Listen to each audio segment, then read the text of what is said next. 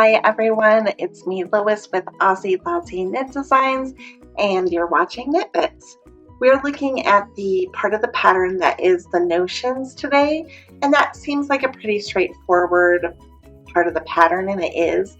It'll have things that you need to complete the pattern that aren't the yarn and the knitting needle. So things like scissors and a tapestry needle are very common, but there are other things that can be included: buttons, beads, any kind of pom-pom or tassel that you want to be adding, and stitch markers. So I wanted to take this opportunity to talk a little bit about embellishments in a pattern, because you can use this opportunity to make things different. So if you are knitting from a hat pattern and it calls for a pom-pom, you can of course make one from yarn. You could put a fur one, or you could omit the pom-pom. You don't have to do those things just because the pattern says to. It's actually, there's a lot of room for you to customize your knit item in this section of notions.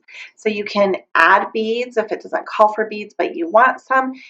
It might change the gauge of your item, but if you do it like on an edge or something, it should be fine. You could use stitch markers for however much you want, because a lot of times more advanced knitters will use like one stitch marker at the beginning of a round or something like that. I don't even use that anymore. I go by my magic loop method, and I know exactly where the beginning of my round is. But so sometimes it'll only call for one stitch marker, but especially when you are a new knitter or a beginner knitter, one way that makes tracking your stitches and keeping track of how many stitches you have in a pattern while you're knitting is to use stitch markers, and use more than what's said to you. You can use as many stitch markers as you want. And so if you're working up a large pattern, say it's like 100 stitches, you could choose to put a stitch marker every 10, and that way then it's easy to count 10, 20, 30, right?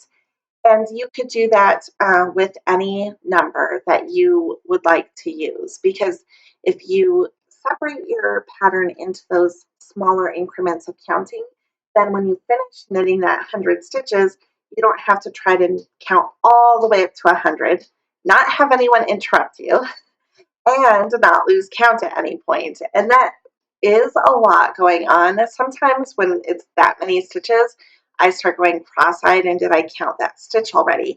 So using stitch markers and intervals can really help you keep track of your knitting.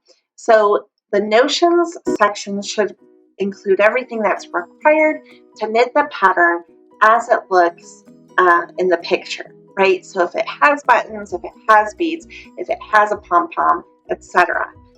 That doesn't mean that you're limited to only using those items, and it also doesn't mean that you have to use them. And they're recommended. You can do whatever you need to do as a knitter. So you can use additional stitch markers. You can use a fur pom-pom instead of a yarn one. You can use a yarn instead of a fur pom-pom. There's a lot of decisions that you can make to make knitting this item a better experience for yourself. Okay, so I'll see you all. I hope that you have a great weekend. And if you enjoyed this video, will you hit like, subscribe, and share it with your friends? Thanks so much.